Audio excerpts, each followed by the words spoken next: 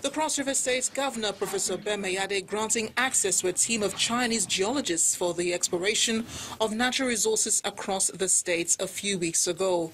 In my normal purity and sincerity, this project does not cost Cross River State government any money. If it is other climb, a governor can decide to mark up this kind of cost. But the truth is, this project is a free donation from my friend, the governor of Shanxi. About a month after this meeting, the team makes public its discoveries.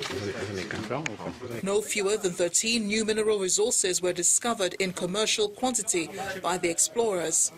They include uranium, iron ore, manganese, tourmaline, and barytus.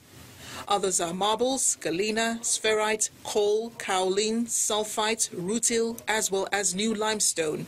Let's do not judge to the conclusion now until we get the result from the lab.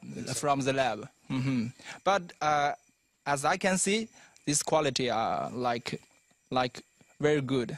The State Commissioner for Solid Minerals, Mr. George Obenechi, describes the resources as money spinners. The team of experts you've seen who have come with us are going to do a lot of analysis in terms of laboratory tests and all of that.